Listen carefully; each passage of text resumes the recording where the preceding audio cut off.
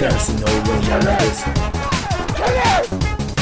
You're done. If you are listening, please dial 1-800-HELP-A-FRAUD in need. People like Yoru exist and need saving. Look at this upstanding Samaritan Denji Hayakawa. How thoughtful and inspirational to help a fraud in need. Be like him.